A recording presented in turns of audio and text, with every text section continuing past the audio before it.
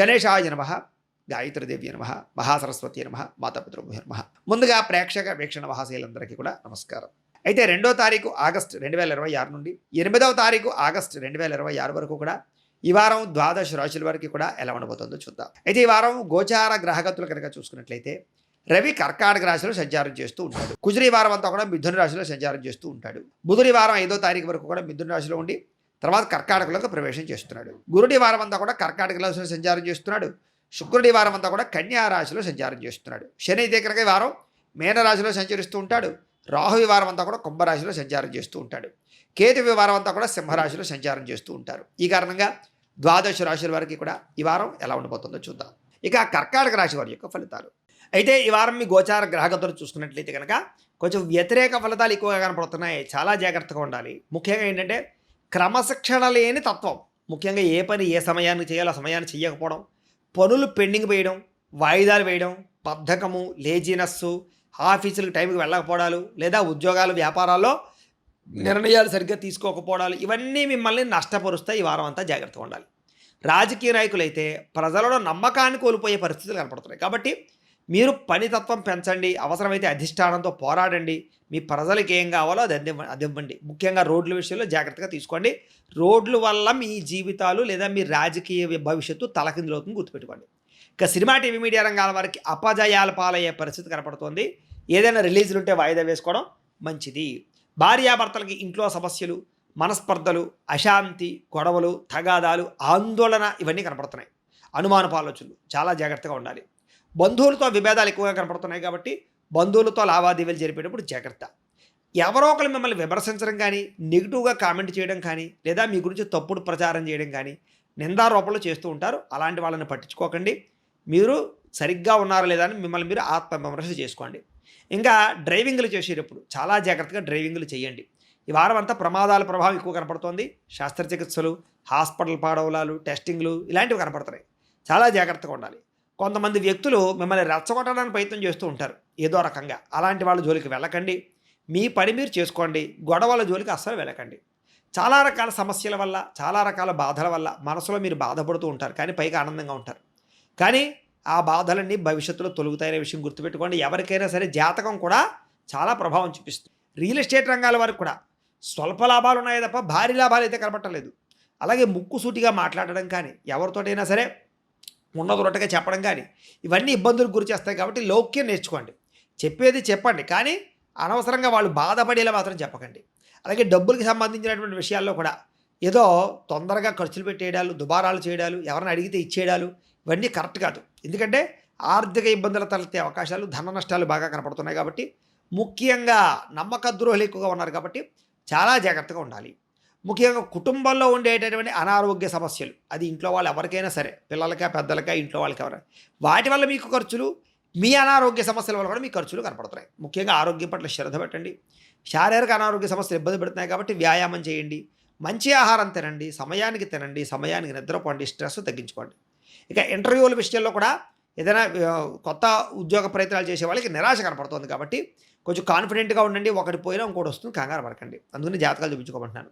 ఇక మంచివారిని అపార్థం చేసుకోవడం కానీ, మిమ్మల్ని అవమానించే వారితో మాట్లాడడం కానీ, ఇవన్నీ మీకు మంచిది కాదు. ఈ వారం మాట్లాడేటప్పుడు కూడా ఆలోచించండి. ఆలోచించి మాట్లాడండి. ప్రేమగా మాట్లాడండి, సఖ్యతగా మాట్లాడండి. మీరు చెప్పాలనుకున్నది ఏదైనా సరే కఠినంగా చెప్పకండి, సౌమ్యంగా చెప్పండి. అవతల వాళ్ళ మీద అరిచేసి, గీ పెట్టేసి, గందరగోళంగా మాత్రం చెప్పకండి. తద్వారా మీరు చెప్పాలనుకున్న మంచి విషయమైనా అవతల వాడు రిసీవ్ చేసుకోలేడు. అది పెద్ద సమస్య అవుతుంది.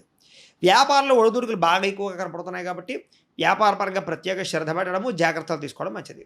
ఇక నూతన ఉద్యోగ ప్రయత్నాలన్నీ కూడా నత్తనడకగా సాగుతాయి.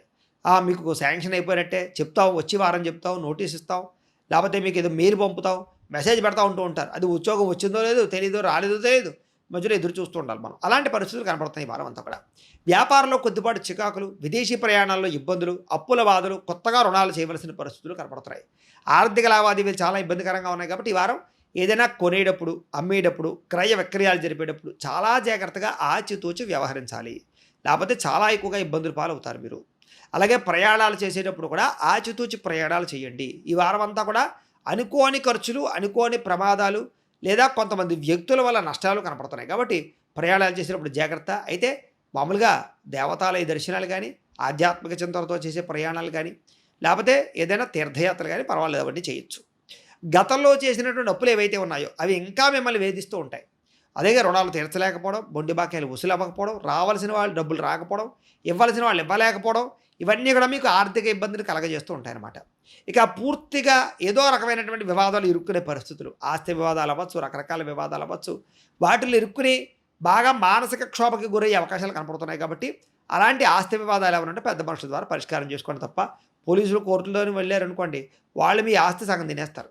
జాగ్రత్తగా ఉండండి. ఇక ఎన్ఆర్ఐలు, ఇతర దేశాల్లో ఉండే భారతీయులందరూ కూడా ఆర్థిక ఇబ్బందులు బాగా కనపడుతున్నాయి, ఉద్యోగ సమస్యలు ఉన్నాయి, మానసిక ఒత్తిడి కనపడుతుంది, ఉద్యోగాల్లో తప్పుడు నిర్ణయాలు కానీ, తప్పులు చేయడాలు కానీ వల్ల వాళ్ళు ఉద్యోగాలు ఇరుక్కునే అవకాశాలు ఉన్నాయి. జాగ్రత్తగా ఉండండి. ఇక ఇష్టమైన వాళ్ళతో ప్రేమ కానీ, స్నేహం కానీ చెడిపోయే అవకాశాలు, వివాహ అవకాశాలు కుదరకపోవడం, లేదా ఇంకా వివాహం కుదిరిపోతుంది అనుకున్న వాళ్ళతో చెడిపోవడాలు కనపడుతున్నాయి. కాబట్టి జాతకం చూపించుకోండి ఒక్కసారి. ఇక సంతానం మాట వినకపోవడం, పిల్లల వల్ల సమస్యలు, లేదా కొత్తగా ఉన్న ఐవీఎఫ్ ట్రీట్మెంట్ చేసుకుని సంతానం కనడానికి ప్రయత్నం చేస్తూ ఉన్నట్లయితే కనుక సరైనటువంటి ఫలితాలు రాకపోవడాలు ఇవన్నీ కనపడుతున్నాయి. ప్రేమికుల మధ్య మనస్పర్ధలు, దూరం జరిగే అవకాశాలు, గొడవలు, బ్రేకప్స్ కనపడుతున్నాయి. వ్యామోహాల కోసం ప్రేమికుల మధ్య తగాదాలు కనపడుతున్నాయి. అలాగే గృహ నిర్మాణ పనులు ఆలస్యం అవ్వడము, కొత్తగా ఇల్లు కొనాలనుకున్నా కూడా దానికి సంబంధించినటువంటి ఆర్థికపరమైనటువంటి ఇబ్బందులు, రుణాలు మంజూరు అవ్వకపోవడము, లావాదేవీలు ఆలస్యం అవడాలు జరుగుతూ ఉంటాయి. ముఖ్యంగా వాహన ప్రమాదాల ప్రభావం ఎక్కువగా ఉంది కాబట్టి వాహనాలు నడిపేటప్పుడు జాగ్రత్త. తొందరపాటు నిర్ణయాలు తీసుకుని పెట్టుబడులు పెట్టడం వల్ల నష్టాలు ఉన్నాయి కాబట్టి షేర్లో, ట్రేడింగ్లో డబ్బులు పెట్టేటప్పుడు జాగ్రత్త. ముఖ్యమైన మంచి వాటిలో పెట్టుబడులు పెట్టండి. బంగారం యందు, భూముల యందు, గృహాల యందు, స్థలాల యందు, పొలాల యందు మాత్రం, ఫిక్స్డ్ డిపాజిట్లు యందు మాత్రం పెట్టుబడులు పెట్టచ్చు. మద్యపాన, ధూమపాన వ్యసన పనికి ఇబ్బందులు, తీవ్ర ఇబ్బందులు, అనారోగ్య సమస్యలు, ధన నష్టం కనపడుతుంది. జాగ్రత్త. విలువైన వస్తువులు కానీ, ఆభరణాలు కానీ, యంత్ర పరికరాలు కానీ, వస్తువులు కానీ, వాహనాలు కానీ పోగొట్టుకోవడం, చెడిపోవడం జరిగే అవకాశాలు ఉన్నాయి. కాబట్టి అలాంటి వస్తువులు జాగ్రత్తగా పెట్టుకునే ప్రయత్నం చేయండి. ఇక విద్యార్థులకి అనవసరంగా ఎవరితో గొడవలు పెట్టుకోకండి. ముఖ్యంగా కాలేజీల్లో అవ్వచ్చు, లేదా స్కూళ్ళలో అవ్వచ్చు, టీచర్స్ తోటి గొడవలు పెట్టుకోకండి. తోటి విద్యార్థులతో గొడవలు పెట్టుకోకండి. కాన్సన్ట్రేషన్ చేయండి. కంప్యూటర్ పరమైనటువంటి నాలెడ్జ్ పెంచుకోవడానికి ప్రయత్నం చేయండి. కోర్సుల పట్ల ఆసక్తి పెంచుకోండి. భవిష్యత్తును అర్థం చేసుకుని మీ చదువుని సక్రమంగా వినియోగించుకోండి. ఉద్యోగస్తులకి ఉద్యోగ కార్యాలయాలు, తోటి ఉద్యోగస్తులతోటి మాట పట్టింపులు కనపడుతున్నాయి. ఉద్యోగ కార్యాలయాలు పని ఒత్తిడి అధికమయ్యే పరిస్థితి కనపడుతుంది. అసంతృప్తి కనపడుతుంది. ముఖ్యంగా ఉద్యోగపరంగా ఉద్యోగం మారదామన్నా సరే అవకాశాలు సరైనవి రాకపోవడం వల్ల ఇబ్బందులు కనపడుతున్నాయి. కాబట్టి జాగ్రత్తగా ఉండాలి. స్త్రీలకు కూడా చేసే పని యందు శ్రద్ధ లేకపోవడము, అసంతృప్తి, విరక్తి, అనారోగ్య సమస్యలు, నడుము నొప్పులు, మోకాళ్ళ నొప్పులు లాంటివి కొంచెం ఇబ్బందులు. మీ బాధ ఎవరితో చెప్పుకోవాలో తెలియక ఇబ్బంది పడే పరిస్థితులు కనపడుతున్నాయి. కాబట్టి కంగారు పడకండి. ఎవరు పడితే వాళ్ళతో సంబంధాలు మాత్రం పెట్టుకోకండి. శారీరక కోరికలు అదుపులో పెట్టుకోండి. ఉద్యోగాల పట్ల, వ్యవహారాల పట్ల, వ్యాపారాల పట్ల స్త్రీలకి చిక్కులు కనపడుతున్నాయి. వ్యాపారస్తులకు వ్యాపారపరంగా ధన నష్టం ఎక్కువగా కనపడుతుంది. కాబట్టి జాగ్రత్త. వ్యాపారాల్లో కొద్దిపాటి చికాకులు ఉన్నాయి. కాబట్టి ఆచితూచి వ్యాపారాలు చేయండి. పెట్టుబడులు పెట్టేటప్పుడు జాగ్రత్త తీసుకోండి. ఎవరిని నమ్మకండి. మీ కొట్లో పనిచేసే వాళ్ళు కానీ, మీ కింద పనిచేసే వాళ్ళు కానీ ఎవరిని కూడా నమ్మకండి.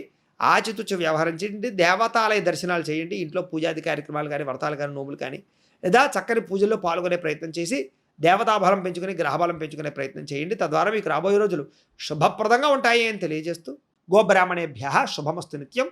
లోకా సమస్తాః సుఖినో భవంతు. స్వస్తి.